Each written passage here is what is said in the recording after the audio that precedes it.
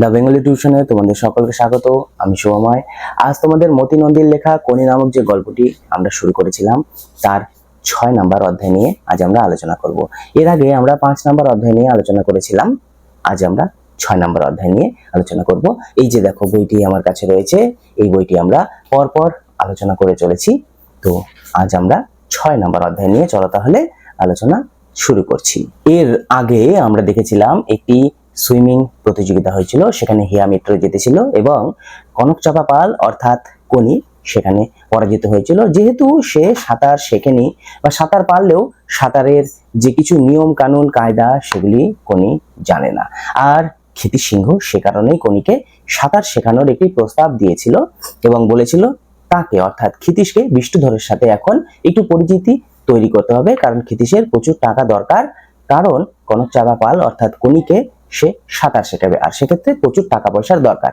এই পর্যন্ত হয়েছিল 5 নাম্বার অধ্যায়। এবারে আমরা 6 নাম্বার অধ্যায় নিয়ে আলোচনা শুরু করব। ওরা তখন খেতে বসেছে। হঠাৎ দরজায় ক্ষিতীশকে দেখে অবাক হয়ে তাকিয়ে রইল। তোমাকে দরকার, একটু বাইরে এসো। কোনিকে লক্ষ্য করে কথাগুলি বলে সে দরজা থেকে সরে গেল। অর্থাৎ কোনিদের বাড়িতে হঠাৎ ক্ষিতীশ গিয়ে হাজির হয়েছিল। ওইটুকু সময়ের মধ্যেই সে দেখে নিয়েছে কয়েকটা কাঁচা লঙ্কা, কাঁচা পেঁয়াজ, ফ্যান এবং সম্ভবত তার মধ্যে কিছু ভাত আছে আর তেঁতুল। অর্থাৎ কোনিরা যে সমস্ত খাবার দাবার খাচ্ছিল সেগুলি ক্ষিতীশ সিংহ দেখে নিয়েছে। 5টি প্রাণী কলাই আর অ্যালুমিনিয়ামের থালা নিয়ে বসে। ঘরে একটা তক্তাপোষ অর্থাৎ বসবার জায়গা, তোষক নেই, শুধু চিটচিটে ছোট কয়েকটা বালিশ, তেল চিটচিটে কয়েকটি বালিশ, তোষক ছিল না তাদের বাড়িতে। দেওয়ালে টাঙানো দড়িতে কিছু ময়লা জামা প্যান্ট। খোলার চালের এই ঘরে একটি মাত্র জানলা, যার নিচেই থকথকে পাকে ভরা নর্দমা, মানে জানলার পাশেই নর্দমা রয়েছে, সেটিতে কাদা পরিপূর্ণ রয়েছে। কোনি কৌতূহলী চোখে বেরিয়ে এলো। অর্থাৎ কোনিকে বাইরে যখন ডাকলো, কোনি তার কৌতূহলী চোখ নিয়ে বেরিয়ে এলো। এই ফর্মটায় সই করে দাও। অর্থাৎ একটি ফর্ম নিয়ে এসেছে, এই ফর্মটাতে সই করে দাও। আর আজ বিকেলে আমার সাথে জুপিটার ক্লাবে যাবে। ফর্মটা হাতে নিয়ে কোনি যেন কেমন একটা ফাপড়ে পড়লো। কলম আছে আপনার কাছে? মানে সই যে করবে, কলমের প্রয়োজন। ক্ষিতীশের কাছে নেই, অর্থাৎ কলম ক্ষিতীশের কাছে নেই। পেন্সিলে লিখলে হবে? অর্থাৎ ভেবে দেখো কোনিদের বাড়িতেও কলম ছিল না। না, কালিতে সই করতে হবে। কোনি ছুটে গিয়ে কোথা থেকে কলম জোগাড় করে আনলো। ক্ষিতীশের দেখিয়ে দেওয়া জায়গায় কলম বাগিয়ে সে জানতে চাইলো ইংরেজিতে না বাংলায়, অর্থাৎ কিসে সই করতে হবে, মানে কোন ভাষায়। যা খুশি ধরে ধরে বিড়বিড়িয়ে বানান করে কোনি ইংরেজিতেই সই করলো। সেটা দেখে ক্ষিতীশ বলল, কোন ক্লাসে পড়ো? 5-এ। স্কুলে যাও? নাম কেটে দিয়েছে, অর্থাৎ স্কুলে যায় না জন্য নাম কেটে দিয়েছে। আজ ঠিক 4টার সময় কমলদিঘির পশ্চিম দিকের বড় গেটের মুখে দাঁড়িয়ে থাকবে। তোয়ালে কস্টিউম সব নিয়ে যাবে। বলছে তোয়ালে তো নেই, মানে কোনির তোয়ালে ছিল না। আমি নিয়ে যাব, তুমি ঠিক সময়ে আসবে। অর্থাৎ ক্ষিতীশ সিংহ দায়িত্ব নিয়ে নিচ্ছে, বলছে আমি নিয়ে যাব, তুমি চলে এসো। ঠিক সময়ে কোনি হাজির ছিল। ক্ষিতীশ ওকে নিয়ে ক্লাবে ঢুকলো। অফিস ঘরে হরিচরণ আর প্রফুল্ল বসাক। ক্ষিতীশ ফর্মটা প্রফুল্লর হাতে দিল। সেটা পরে প্রফুল্ল বলল, সুইমার? অর্থাৎ তিনি একজন কি সুইমার? বলছে হ্যাঁ, ট্রায়াল দিতে হবে।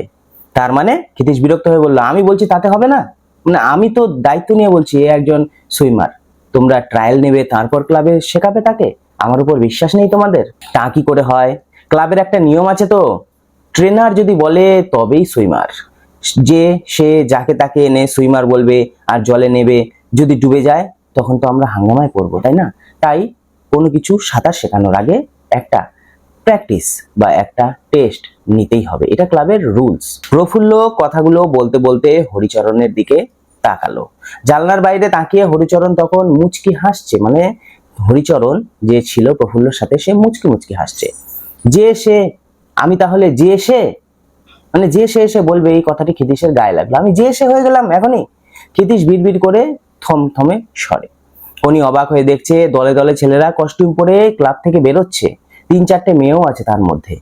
বাইরে হইচই, জলের ধারে নভিস ছেলেদের। বেশ, তাহলে ট্রায়াল নেওয়াই হোক। আচ্ছা ঠিক আছে, তোমাদের যখন বিশ্বাস নেই ট্রায়াল নিয়েই নাও কোনির। হরিচরণ মুখ ফেরালো এতক্ষণে। কোনিকে আপাদমস্তক দেখে বলল, মেয়েটি কে? আমার চেনা মেয়ে, গুড মেটেরিয়াল, স্ট্রোক শেখাতে হবে। গুড মেটেরিয়াল মানে জিজ্ঞেস করলো যে গুড মেটেরিয়ালিটি? হরিচরণ ঠোঁট বাঁকিয়ে শব্দগুলো দুমড়ে মুখ থেকে বার করলো। কোনিকে আরেকবার দেখে নিয়ে গম্ভীর স্বরে বলল, এ ক্লাবের কাউকে স্ট্রোক শেখাতে হলে শেখাবে ক্লাবের ট্রেনাররাই। কাল সকালে আসুক, বন্দনা কি টুনু ওর ট্রায়াল নেবে। অর্থাৎ ক্ষিতীশ যে শেখাবে সেটি ওরা হতে দিতে চাইছে না, বলছে এই ক্লাবের যে ট্রেনার রয়েছে সেই ট্রেনারই তাকে শেখাবে, ট্রেনার ছাড়া বাইরের কাউকে দিয়ে আমরা শেখাতে দেব না। আর ক্ষিতীশ যেহেতু ট্রেনার ছিল না সেই ক্লাবের, তাই তারা ক্ষিতীশকে দিয়ে কনির ট্রেনিং করতে দিতে চাইছিল না। ক্ষিতীশ কয়েক সেকেন্ড হরিচরণ ও প্রফুল্লর মুখের দিকে তাকিয়ে থেকে বলল, আচ্ছা। বেরিয়ে এসে কনি বলল, কি হলো, ভর্তি করালো না? পরীক্ষা দিতে হবে কনি, আমাদের দুজনকেই পরীক্ষা দিতে হবে। কথাটা বুঝতে পারলো না কনি। সে আবার জিজ্ঞাসা করলো, দুজনকেই কেন? আপনি কি সাঁতার জানেন না? সাঁতার নয়, আমাকে পরীক্ষা দিতে হবে অপমান সহ্য করার। অর্থাৎ ক্ষিতীশকে অপমানিত হতে হবে কনির জন্য, আর কনিকে পরীক্ষায় পাশ করতে হবে সাঁতার দিয়ে। ক্ষিতীশ জলের ধারে রেলিং এর দিকে এগিয়ে গেল। দুটি ক্লাবের প্রায় 400 ছেলে কমল দিঘিতে দাপাদাপি করছে। দুটি ক্লাব মিলে প্রায় 400 ছেলে সাঁতার শিখছে। কয়েকটি মেয়েও আছে। দুটো ডাইভিং বোর্ডে কয়েকটি ছেলে, তারা জলে লাফাচ্ছে নিছকই লাফানোর জন্য। বিষণ্ণ চিত্তে ক্ষিতীশ মাথা নাড়লো। কাজের কাজ কেউই করছে না। সুহাস জলে নামছে। একবার সে তাকালো মাত্র তার দিকে, অর্থাৎ কেউ ভালো করে সাঁতার শিখছে না, সবাই ইয়ার্কি ঠাট্টাই করছে সেখানে। হরিচরণ ক্লাব অফিসের জানলা থেকে চেঁচিয়ে বলল, সুহাস, দুটো 400, তারপর 100 বাটারফ্লাই, ব্যাক অ্যান্ড বেস্ট্রোক ইচ, মনে আছে তো? অর্থাৎ সে বিভিন্ন আদব কায়দাগুলি সুহাসকে বলতে লাগলো। সুহাস ঘাড় নাড়লো, হ্যাঁ মনে আছে, আসলে কোচ বললো তো, হরিচরণ হচ্ছে সেখানকার কোচ। ক্ষিতীশ হাসলো, মাত্র 1100 মিটার, এই ট্রেনিং এ এরা উন্নতি করবে? তবে সুহাসের স্ট্রোক নিখুঁত, অর্থাৎ সুহাস ভালোই করে। ক্ষিতীশ বলল, কনি, ওই যে ছেলেটা জলে নামলো ওকে লক্ষ্য করো, দেখো কেমন ভাবে হাত পাড়ি দেয়, অর্থাৎ কেমন ভাবে সাঁতার কাটে সে হাত চালিয়ে। কনি একাগ্র হয়ে তাকিয়ে রইল সুহাসের সাঁতারের দিকে।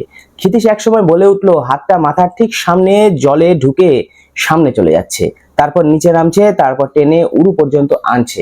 অর্থাৎ কিছুটা তার ভুল হচ্ছে ঠিকই, কিন্তু তাকে দেখে তোমাকে শিখতে হবে। সব থেকে দরকার স্পিডে হাত চালানো। তার মানে এলোপাথারি গঙ্গায় যেভাবে করো সেভাবে না। তুমি গঙ্গায় যেভাবে সাঁতার কাটো, তোমাকে সাঁতার প্রতিযোগিতায় আসতে হলে সেভাবে সাঁতার কাটলে হবে না। সুন্দরভাবে জলে হাতে ঢোকাটা আর শক্ত কবজি খুব দরকার। আসল স্পিডটা আসে কাঁধের, পিঠের আর হাতের মাসেলের শক্তি থেকে। এজন্য তোমার এক্সারসাইজ করতে হবে, অর্থাৎ শুধু সাঁতার কাটলেই হবে না, তোমাকে ব্যায়াম চর্চা ইত্যাদি করতে হবে। এই শক্তিটাকে গুছিয়ে কাজ করালে তবেই স্পিড আসবে। মাথাটা কিভাবে রয়েছে দেখেছো? তুমি যেমন এধার ওধার নাড়াও, অর্থাৎ এইভাবে নাড়াও, সেই রকম করছে কি? মুখ জলে ডুবিয়ে কেমন এগোচ্ছে, শুধু নিঃশ্বাস নেবার জন্যই মাথাটা। ওই দেখো পাশে ঘোরালো। বেশি মাথা নাড়ালে স্পিড কমে যায়, কাঠটা জল থেকে উঠে আছে। অর্থাৎ সমস্ত সিস্টেমগুলা ক্ষিতীশ কনিকে দেখিয়ে দিল। কনি শুনছে কি শুনছে না বোঝা গেল না। সাঁতারুর দিকে কিছুক্ষণ তাকিয়ে থেকে হঠাৎ সে বললো, আচ্ছা ওই মেয়েটার নাম কি? একটা মেয়ে ছিল, সেই মেয়েটার নাম জিজ্ঞেস করলো। ক্ষিতীশ একটু হতাশ হয়ে বলল, জানি না। ওর কস্টিউমটা কিসের, গেঞ্জির? এটা কনির জিজ্ঞাসা করলো ক্ষিতীশের কাছে। নাইলনের, খুব দামি, অর্থাৎ তার যে কস্টিউমটা সেটা ছিল লাইলনের, খুব দামি কস্টিউম, খুব সুন্দর রংটা, অর্থাৎ কনির ভীষণ পছন্দ হয়েছে। ক্ষিতীশ কি যেন ভেবে নিয়ে বলল, তোমাকে কিনে দেবো একটা। কনি ঘুরে দাঁড়ালো, চোখ দুটো জল জল করছে তার। যেদিন তুমি ওই রকম স্ট্রোক দিতে শিখবে, অর্থাৎ তুমি যেদিন সাঁতার শিখে যাবে, সেদিন তোমাকে একটা কিনে দেবো।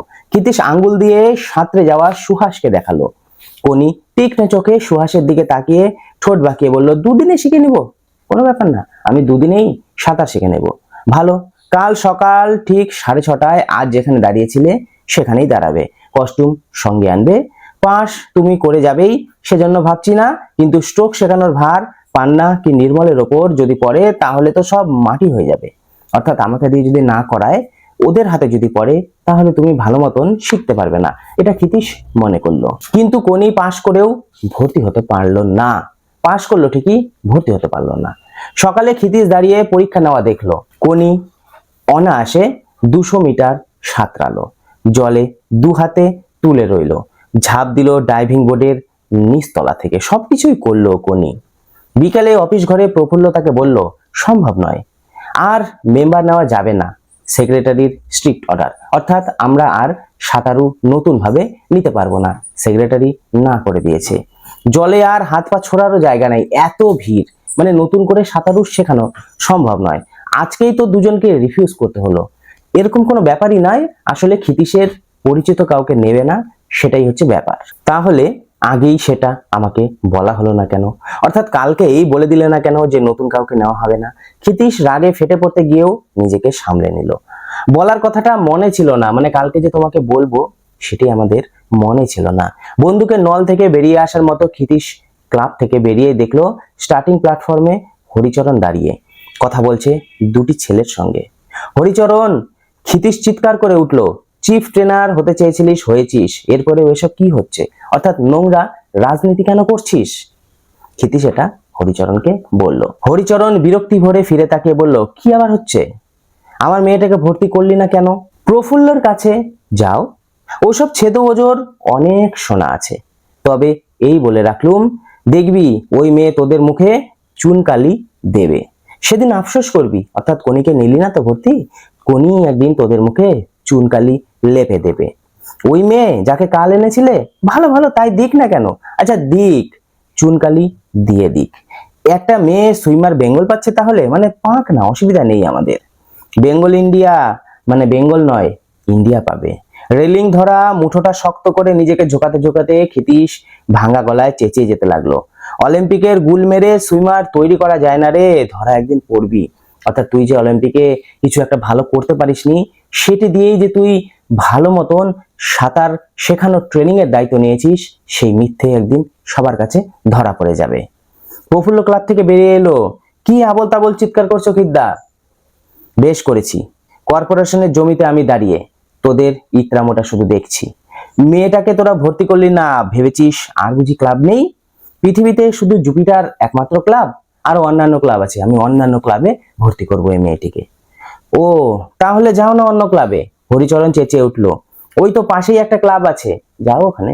বলছে তাই যাব, তাই যাব, আমি অন্য ক্লাবেই যাব। ক্ষিতীশ হন হন করে এগিয়ে গেল অ্যাপোলোর দিকে। অ্যাপোলো একটি ক্লাব, তার অপোজিটেই রয়েছে, সেই ক্লাবে এগিয়ে গেল।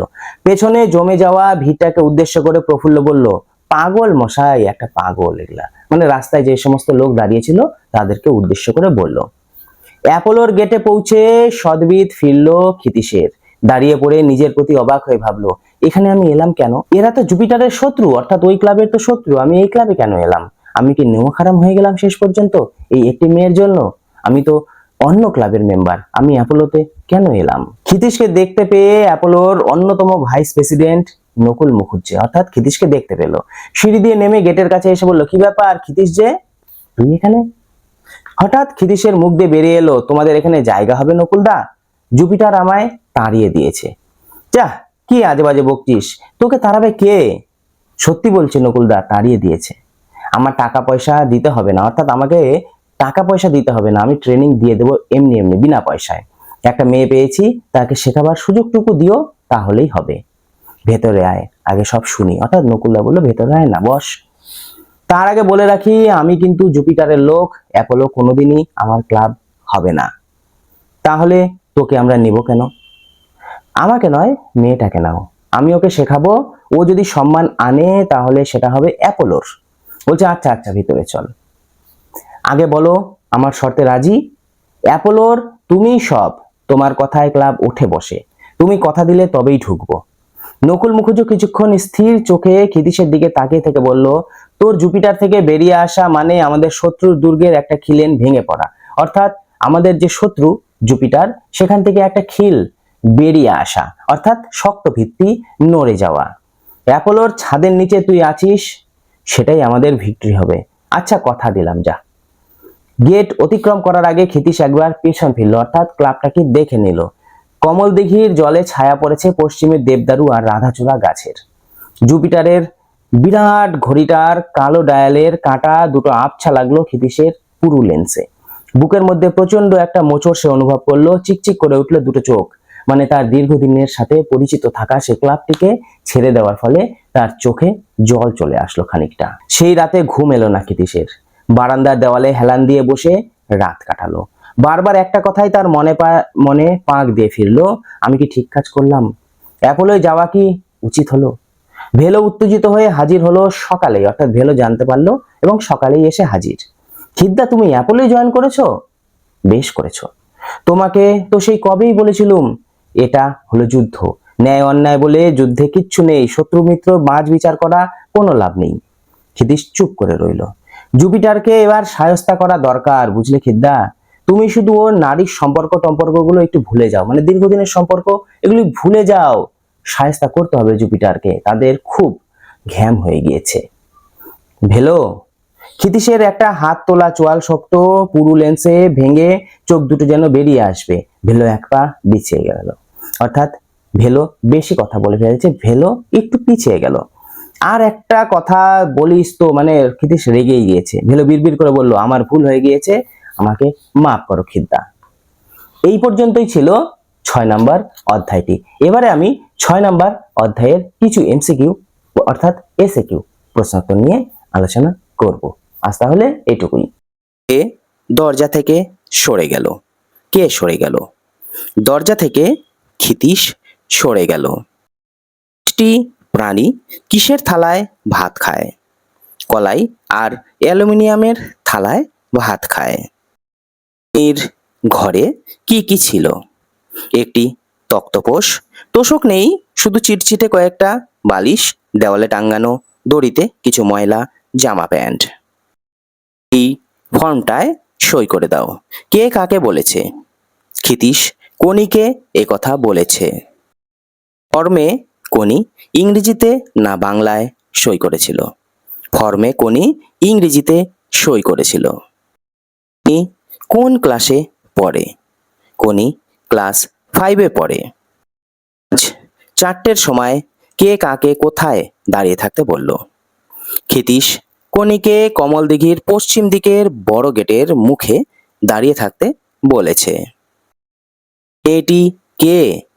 বক্তা এখানে কে? বক্তা হলো হরিচরণ। মেটেরিয়ালস কার সম্পর্কে এ কথা বলা হয়েছে? কোনি সম্পর্কে ক্ষিতীশ এ কথা বলেছেন। তাদের দুজনকেই পরীক্ষা দিতে হবে। দুজন কে কে? দুজন হলো ক্ষিতীশ ও কনি।